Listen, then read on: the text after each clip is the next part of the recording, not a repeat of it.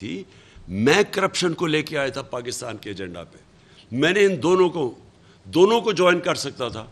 میرے لیے تو بڑا آسان راستہ تھا، میرا تو بڑا نام تھا. میں تو چاہے پیپلز پارٹی جوائن کر لیتے یا نون لیگ، اگر مجھے شوق ہوتا پاور لینے کا. میں نے تب کہا کہ دونوں کرپٹ ہیں. کوئی لوگوں نے کہا جی بیوقوف ایسے پالیٹکس نہیں آتی جی، ایک سے دوستی کر کے یا دوسرا. میں نے کہا یہ دونوں کرپٹ ہیں 26 سال پہلے. اور یہ لوگ اتنی جد و جہد کے بعد جب ہم ان کو شکست دی دونوں کو، اور جب ہم اقتدار میں آئے، تو یقین کریں کہ ان کے اوپر جو کیسز تھے وہ سارے پرانے کیسز تھے. ہم نے نہیں بنائے کیسز، ہماری گورنمنٹ نے نہیں کیسز بنائے، سوائے وہ مقصود چپڑاسی کے اور ایف آئی اے کے کیس شہباز شریف کے اوپر اور ٹی ٹی کا کیس. باقی سارے ان کے کیسز ان کے اپنے دور کے کیسز ہیں.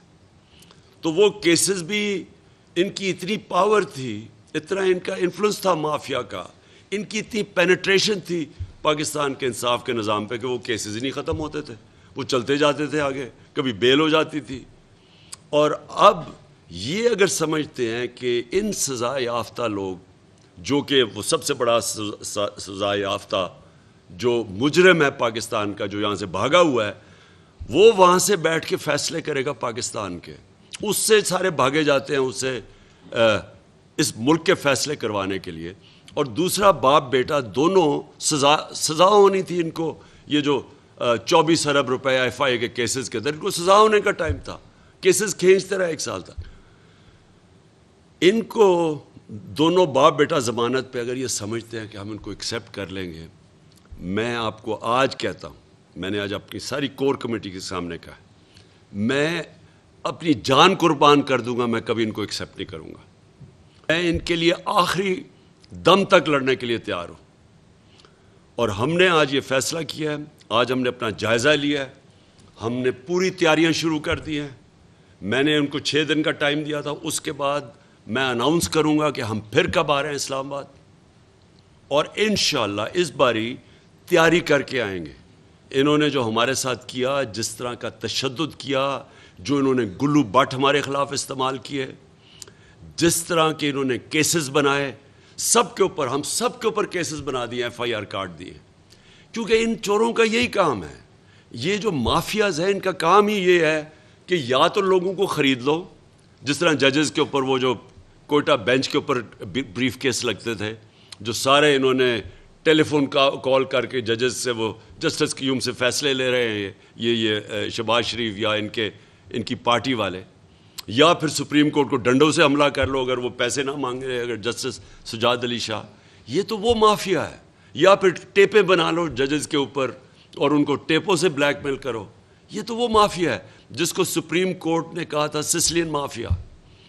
تو یہ لوگ اب ہمارے اوپر کیسز بنائیں گے، کتنی ایف آئی آر کاٹیں گے. ہم نے فیصلہ کیا، پہلے تو مارچ کی تیاری آج سے میں نے سب کو لگا دیا کہ ابھی سے اپنے اپنے حلقے میں جائیں اور تیاری کریں. اب وہ کہ جو انہوں نے ہمارے سے کیا ہے اس کو ہم نے کیسے کاؤنٹر کرنا ہے، وہ ہم نے پورا پلان بنایا ہوا ہے. دوسری چیز، سپریم کورٹ میں ہم جائیں گے پٹیشن لے کے، اور سپریم کورٹ سے آج ہم پوچھیں گے، ہم انشاءاللہ منڈے کو لے کے جا رہے ہیں پٹیشن، کہ کیا اس ملک کے اندر ایک پرامن احتجاج، اور احتجاج بھی ان چوروں کے خلاف پرامن احتجاج، کیا یہ اس ملک میں ایک ڈیموکریٹک پارٹی کا حق ہے یا نہیں ہے؟ ہمیں واضح طور پہ بتا دیں کہ کیا یہ پکڑ دھکڑ ہونی ہے اگر ہم اگلے پرامن احتجاج کریں گے یا نہیں ہونی. ہمیں یہ واضح طور پہ بتا دیں سپریم کورٹ کہ یہ ہمیں ساری جگہ سڑکیں بند کریں گے، کنٹینر لگائیں گے، ملک کو تنگ کریں گے، سب کو بند کریں گے.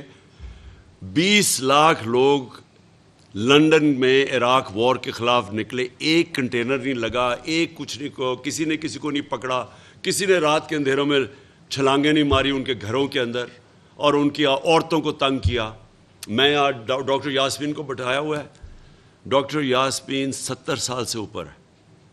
ان سے جو ساری ان کی ویڈیو چل رہی ہے کہ جو انہوں نے کیا ہے ہمارے ساتھ، کہ ہم جس طرح کوئی ملک دشمن تھے، ہم پتہ نہیں کوئی اسلام آباد میں کوئی انتشار پھیلانے آ رہے تھے. ہم نے 126 دن کا دھرنا کیا ہوا ہے اسلام آباد میں ڈی چوک میں.